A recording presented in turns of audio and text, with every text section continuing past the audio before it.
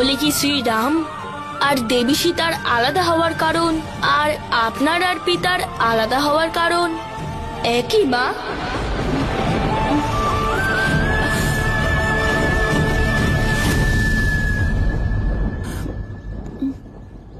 তোমরা দুজন তো আমায় কথা দিয়েছিলে না, তোমরা তোমাদের পিতার সম্পর্কে কোনো প্রশ্ন করবে না।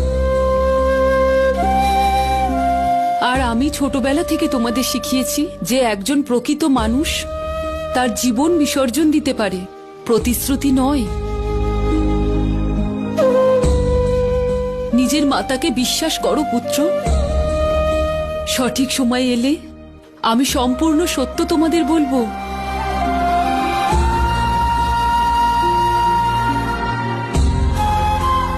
ততদিন তোমাদেরকে দৃঢ় থেকে সমস্ত প্রশ্নের সম্মুখীন হতে হবে পুত্র।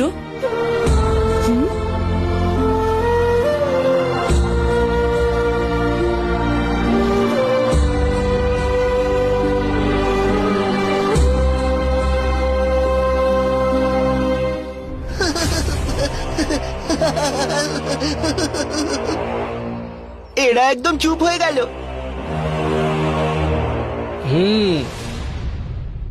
শব্দের জালে নিজের মাকে দেওয়া কথাই বেড়াজাল সৃষ্টি করে দিল তাহলে।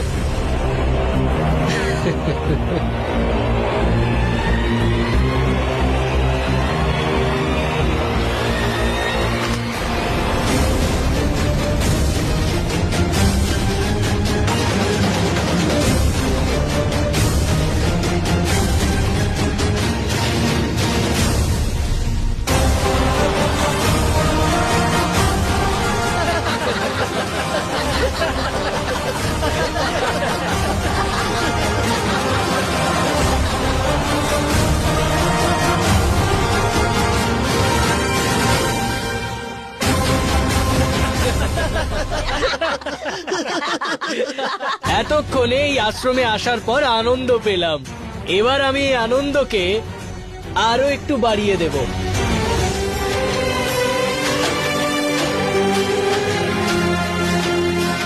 কুশ, এখানে সবই ওলটপালট হয়ে গেল।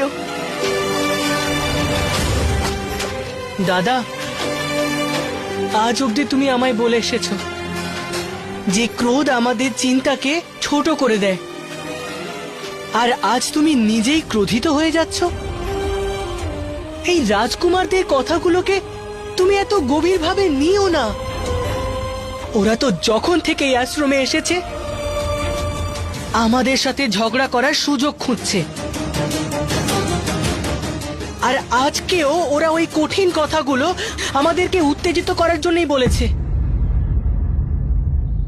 আমি রেগে নেই কুশ, কষ্টে আছি।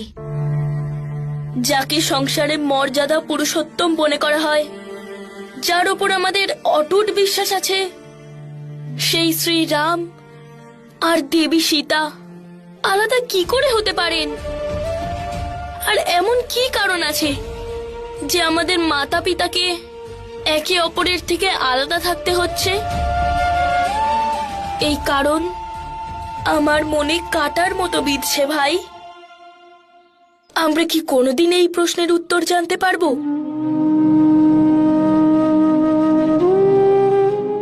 খুব ভুল কথা।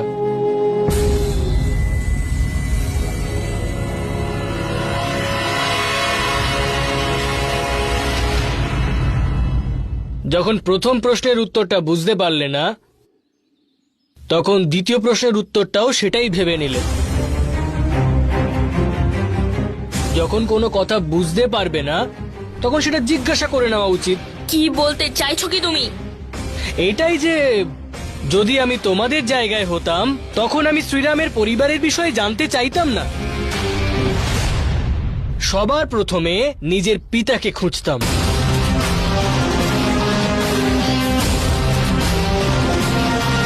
এক্ষুনি তুমি কিছু একটা বলছিলে যে শ্রীরাম এখন অব্দি এই কথাগুলো আমাদের বলেননি কারণ আমরা বোঝার যোগ্য নই।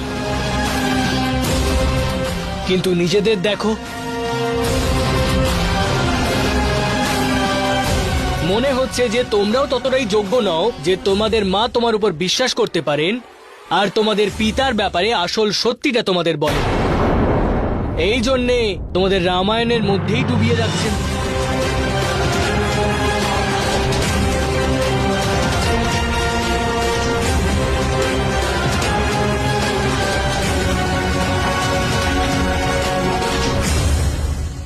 দেখো, আমি তোমায় শেষবারের জন্য বলে দিলাম, নিজেদের সীমার মধ্যে থাকো, না হলে কি? না হলে না, না, না, না, না, না, না।